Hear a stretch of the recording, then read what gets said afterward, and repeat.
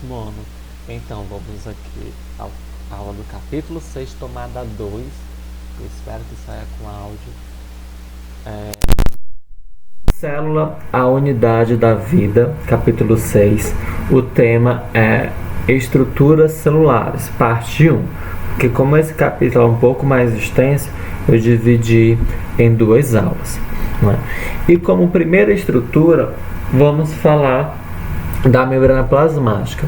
Lembra que a gente viu, né, a gente citou as 3 estruturas básicas da célula: membrana plasmática, citoplasma e núcleo. Então vamos falar inicialmente sobre ela, né? A bonita, a poderosa, a rainha, né, de todas, a membrana plasmática. A membrana plasmática, a gente está falando daquela responsável por delimitar, né, e dar a forma à célula, certo?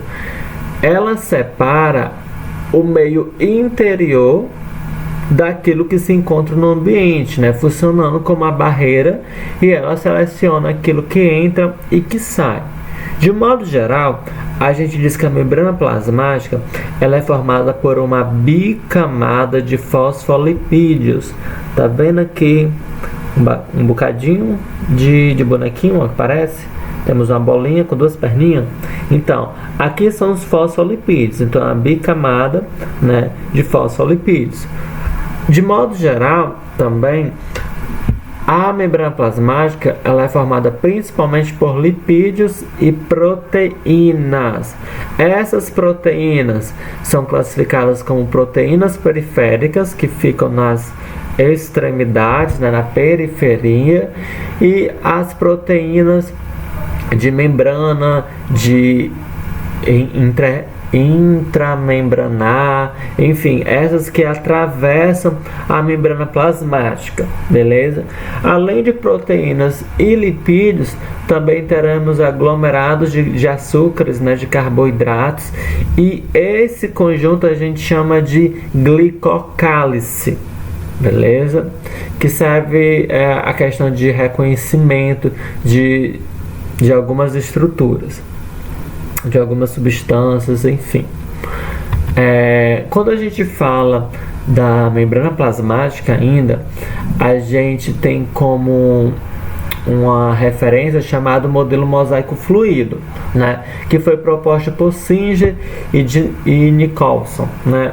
O que é esse modelo mosaico fluido? Quando a gente fala de mosaico, eu acho que vocês conseguem associar aquelas pinturas, né, onde tem uma mistura de cores como se fossem peças se encaixando, né, de uma forma mosaica. Então, quando a gente fala do modelo mosaico fluido, a gente se refere a um conjunto de proteínas inseridas a um fluido de lipídios, né, dando esse aspecto de modelo mosaico fluido, beleza? E quais são as principais funções da membrana plasmática? Definir os limites da célula, garantir a proteção das estruturas da célula, permitir que as diferenças entre o meio externo e o meio intracelular sejam mantidas. Peraí, Carlos, como assim? Garantir que as diferenças entre o meio externo e o meio intracelular sejam mantidas. Vamos lá. Vamos supor que, deixa eu ver, eu tenho 2 salas de aula, né, que seja uma parede com a outra e tem uma portinha, certo? E eu pego os alunos do 7º e do 6º ano e coloquem todos na mesma sala. O que vai acontecer? Aquele espaço vai estar muito cheio, enquanto o outro espaço não vai estar cheio, vai estar basicamente vazio. Aí o que é que eu faço? Eu tenho que equilibrar os meios, o que tem do lado e o que tem do outro. Então, eu vou fazer o que? Expulsar, né? Retirar os alunos daquela sala e passar para outra. Então, é dessa forma que a membrana plasmática também equilibra, né? Ó, imagina que desse lado eu tenho a sala vazia e desse lado, o meio interno, eu tenho a sala com as 2 turmas. O que vai acontecer eu vou pegar parte desses alunos, ó, e passar para o outro lado, a fim de que equilibrar, né, os meios externo e interno. Ou seja, essa diferença vai ser equilibrada. Por isso que a membrana plasmática, ela consegue selecionar aquilo que entra e que sai dentro dela, né? E isso é chamado de permeabilidade seletiva, essa capacidade de selecionar essas determinadas substâncias. Não tem essa proteína aqui de membrana, a gente chama que ela é como se fosse a portinha de acesso, né? Tanto para fora quanto para dentro da célula. Um exemplo bem comum daquilo que entra dentro da célula, eu vou citar aqui, é a insulina. Eu acho que vocês já escutaram falar que a insulina, que é associada a diabetes e tal. A insulina é uma proteína, né, que ela carrega o açúcar do sangue e traz para cá, para a célula, né, para todas as células do nosso corpo. Por quê? O açúcar, ele precisa entrar por essa proteína, certo? Essa proteína reconhece e deixa esse açúcar entrar, e esse açúcar vai atuar como combustível, né, da célula. Sem a insulina, né, o que acontece? Sem a insulina, o açúcar não chega até a porta de entrada, né? Então o açúcar vai ficar onde? No sangue, o que caracteriza uma pessoa com diabetes, beleza? De uma forma bem resumida e geral. E além disso, a membrana plasmática também consegue captar sinais externos, certo? Vamos ao citoplasma. O citoplasma é essa região mediana localizada entre a membrana plasmática e o núcleo, né? Nos procariotos a gente fala como total, porque os procariotos, né, os procariontes não vão apresentar o núcleo, já que não tem carioteca, vão apresentar o nucleóide. E o citoplasma, ele é formado por um gel denominado citosol ou hialoplasma, certo? E é nessa região que estão inseridas as organelas citoplasmáticas. E na nossa aula no Google Meet, o Joneto, se não me engano foi o Joneto, perguntou o que era organela, né? A gente faz referência à organela como se fossem os órgãos das células. Não tem os nossos órgãos responsáveis pela respiração, digestão, circulação, armazenamento de comida, etc, etc, etc. Então, a célula, ela também precisa ter esses seus pequenos órgãos que vão realizar tais funções. Então, esses órgãos celulares são denominados organelas celulares ou organelas citoplasmáticas. Por quê? Porque ficam localizados no citoplasma, certo? Vamos começar pela primeira organela citoplasmática, o retículo endoplasmático. O retículo endoplasmático são inúmeras bolsas e tubos, certo? E essas estruturas formam uma complexa rede de canais interligados. São essas estruturas aqui, ó, que de certa forma fica próxima ao núcleo, certo? E esse retículo endoplasmático, ele pode ser de dois tipos, o liso e o rugoso. A gente pode chamar também o rugoso de granular, porque possui grânulos, e o liso, porque ele não apresenta esses grânulos, né? Ele pode ser chamado de agranular. Lembre-se, o prefixo A é de negação. O rugoso, ele vai apresentar grânulos denominados ribossomos, que é uma outra organela citoplasmática que a gente vai ver daqui a pouco, certo? Então vamos lá. De modo geral, os retículos endoplasmáticos têm como principal função transportar substâncias. Então, a função geral é transportar substâncias. Só que quando a gente fala em especificações do retículo endoplasmático rugoso e o liso, há algumas diferenças. O retículo endoplasmático rugoso, ele vai estar associado ao transporte de proteínas, certo? Já o retículo endoplasmático liso, ele vai ser responsável pela síntese e transporte de lipídios. Quando eu falo em síntese, lembrem-se, é produção. Então, o retículo endoplasmático liso produz lipídios, gordurinhas e transporta também. Mas, além disso, o retículo endoplasmático liso, ele tem um importante papel que é na desintoxicação celular. Como assim desintoxicação celular?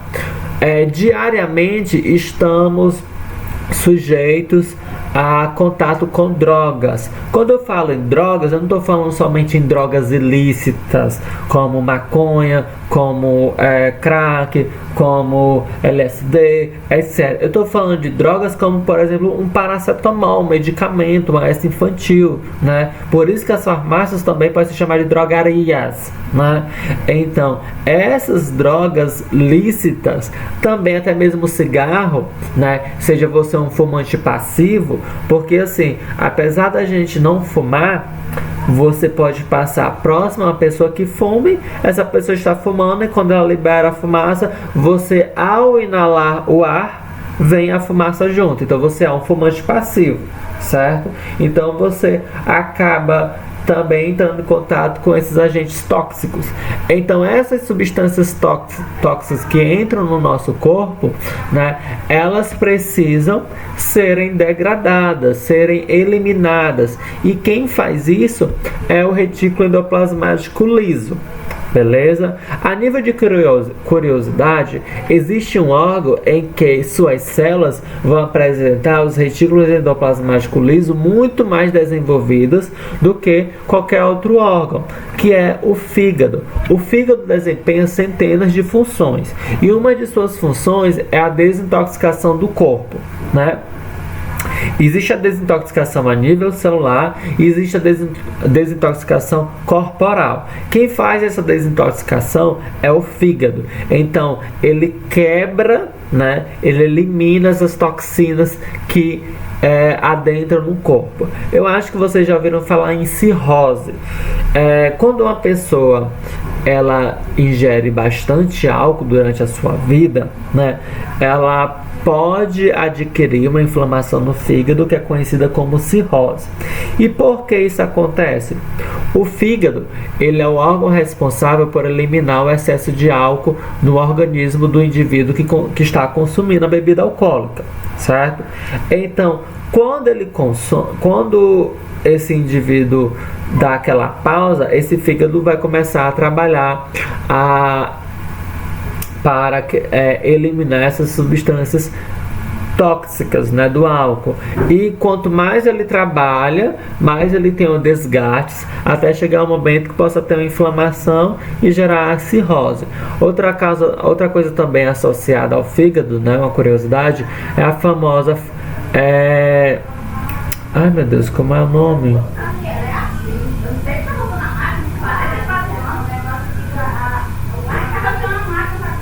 A ressaca, Ave Maria, quase não sai. A famosa ressaca. Porque como está tendo discussão ali dos vizinhos, eu perco a concentração. A ressaca. Algumas pessoas que ingerem bastante álcool, né? Ou algumas pessoas que estejam em um tratamento, que usem muito medicações, podem entrar em um processo de ressaca. O que é essa ressaca? Se você tem uma determinada quantidade de substância tóxica no seu organismo e você não está bebendo uma boa quantidade de água, né? Você não está se hidratando. O que acontece? Quando o fígado ele vai trabalhar para a desintoxicação dessas substâncias, ele requer muita água. Ele precisa de muita água. E se você não se hidratou bem, ele vai ter que puxar água das partes do seu corpo. E uma das partes do corpo que ele puxa essa água é o cérebro. Então, a ressaca, de uma forma bem simplória, nada mais é que a desidratação do cérebro, certo? Então, pessoas para evitarem a ressaca, seja por consumo de álcool ou por consumo de medicamentos, tio Carlos, e dá para ficar de ressaca com com medicamentos, vamos supor que uma pessoa esteja tomando bastante medicamento, seja em questão de tratamento, sei lá, de uso de corticoide, seja em relação ao coquetel para quem tem AIDS, né, tem o vírus HIV, enfim. E do uso desses medicamentos, ela não tem, além disso, a sua hidratação diária, então pode acarretar, né, a ressaca, né? Porque o fígado vai trabalhar e vai puxar bastante água. Mas a ressaca ela é mais vista em pessoas que consomem álcool. Por quê? Porque o álcool é ingerido em uma grande quantidade. A próxima organela é o complexo golgiense, ou complexo de Golgi, que é uma homenagem dada ao cientista, ao pesquisador que descobriu ela e estudou.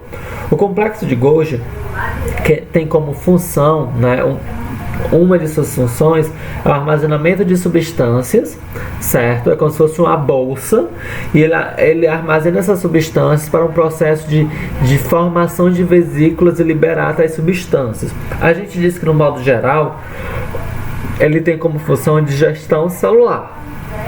Mas além disso, o complexo de Golgi ele serve para a maturação de proteínas e lipídios que serão liberadas futuramente, e também a formação do acrossomo. O acrossomo é uma membrana que envolve a cabeça do espermatozoide, que vai facilitar a fecundação durante a formação do embrião, né, do processo de gravidez. Enfim. A nossa próxima estrutura é o lisossomo. O lisossomo são vesículas que são formadas no complexo golgiense, né? Esse complexo golgiense, lembrem-se que ele serve para o armazenamento, né, de maturação de proteínas, lipídios, etc, etc. Então, vesículas que vão apresentar determinadas enzimas que são proteínas, certo? Essas vesículas vão amadurecer, e essas enzimas são os lisossomos. Então, eles são encaminhados para a aproximação da membrana plasmática e vão liberar, né, essas substâncias, essas enzimas para uma determinada ação, certo? Pode ser uma ação digestiva. Por isso que a função é dita que a função dos lisossomos é a digestão intracelular, beleza?